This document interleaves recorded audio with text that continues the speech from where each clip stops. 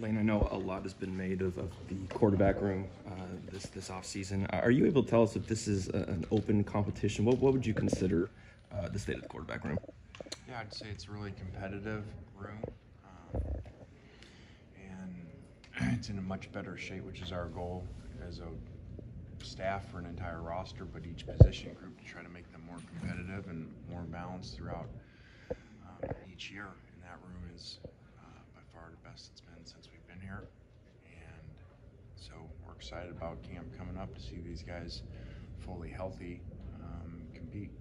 How would you assess kind of Jackson's attitude ever since, bringing in Spencer Sanders and other talent? Because you said how much he's improved in the spring, but his attitude towards, that room getting more crowded. Yeah, I think Jackson's done an amazing job. He had a great spring from a play standpoint, from a leadership standpoint, from improvement, throwing the ball better than he ever has. So I think he's gonna have a great camp. Austin Simmons is a pretty unique situation. When he went up 2 classes, was that a conversation y'all had, or was he just kind of like, hey coach, I'm going to be here this fall? No, there was a lot of conversations with that, and they had explored that option, and they had kind of already been on track to do that at another school. So they were headed that direction, but still it was open. They had not reclassified yet. It was still open that he could stay. So there were a lot of conversations. We're excited he decided to come. Very talented player, tremendous upside, and a great baseball player also. Lane, it was around this time last year you were talking about trying to create a cohesive culture, especially kind of during that fall period. When you look back on this, the fall period 22 and going into this one, do you approach it any differently, or just kind of in the role?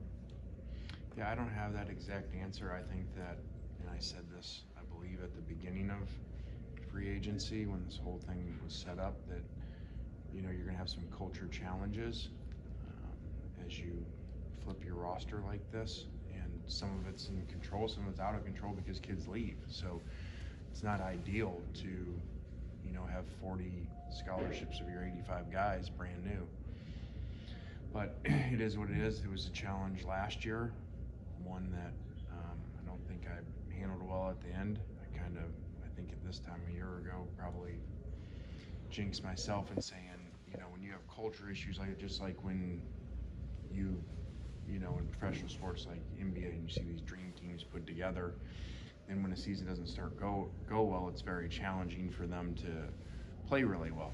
And I think that happened some with us with, 8-1 with the ball going in to potentially go to 9-1 to beat Alabama, and then we lose 4 straight. So I think that's a big challenge when you have so many new guys.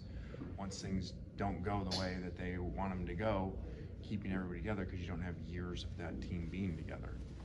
You said that's a challenge, but have there been, other ways of navigating this that have gotten kind of easier for you in this whole era of free agency? Like, have you adjusted at all, you think? And yeah, how's that all gone? Like, you kind of mentioned some of it there. But yeah, the great part is coaches can fill needs quicker than before, obviously. So to have kind of free agency twice a year, really, the good part of that is to be able to fill voids quicker than you used to be able to, and it would take a lot longer if you lost a lot of players that year to the draft or injury, or there weren't many transfers back then, but it took you longer to build those spots because you had to do it basically through high school kids or maybe junior college.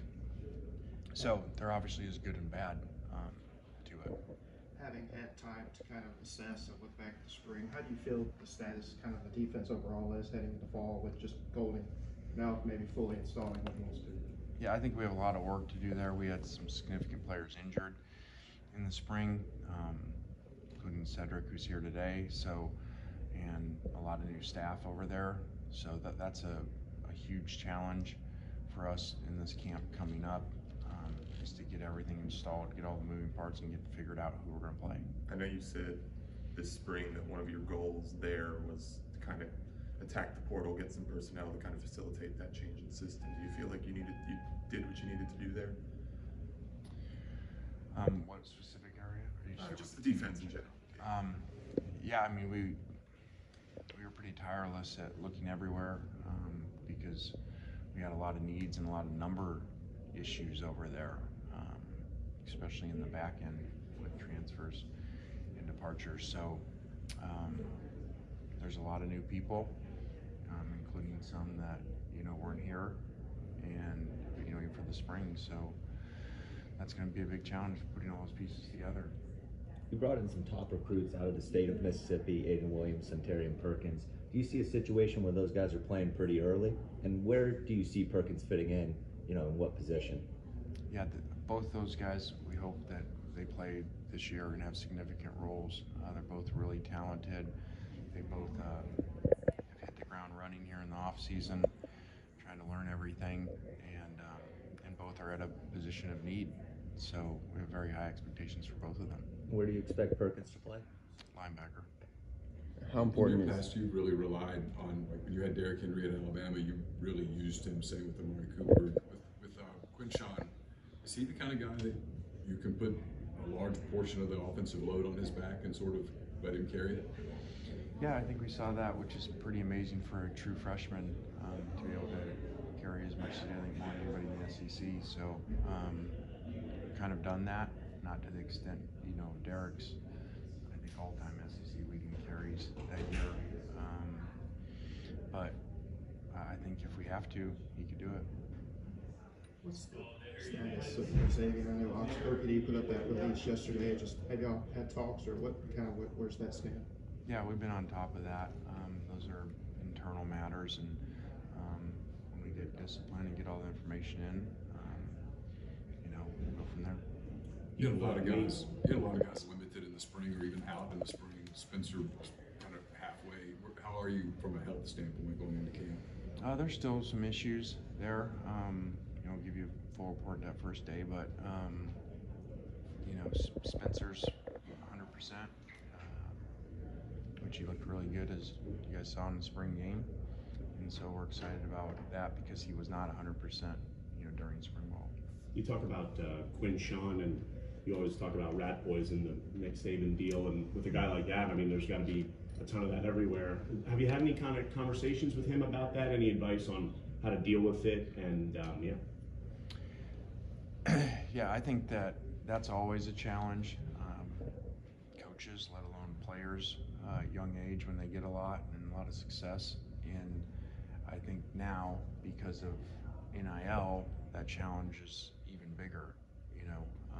Now you're giving kids money early on also, on top of all the credit and everyone telling them how great they are and the records and all those things. So that is a really big challenge, and even though he's mature and has done a great job, we have to stay on top of that because that's all over. I mean, you just study when people get a lot really early, and I don't worry about with him. I was just thinking on the plane over,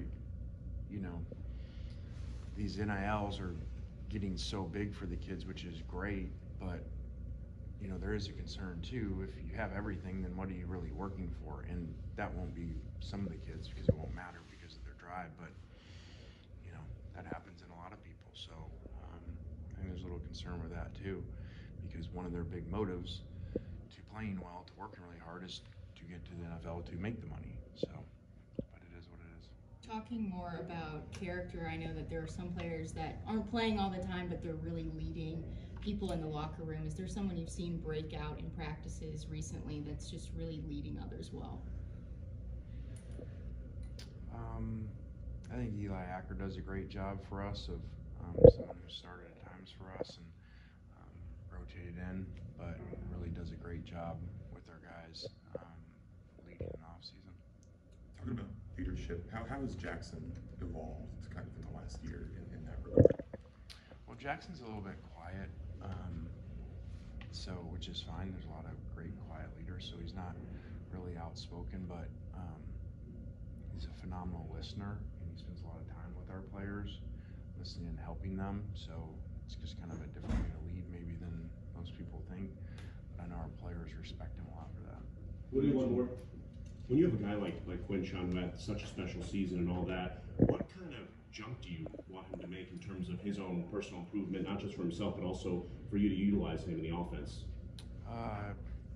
Footwork, pass protection. direction, things that a lot of times as a freshman, you're so focused on just getting the ball and running well.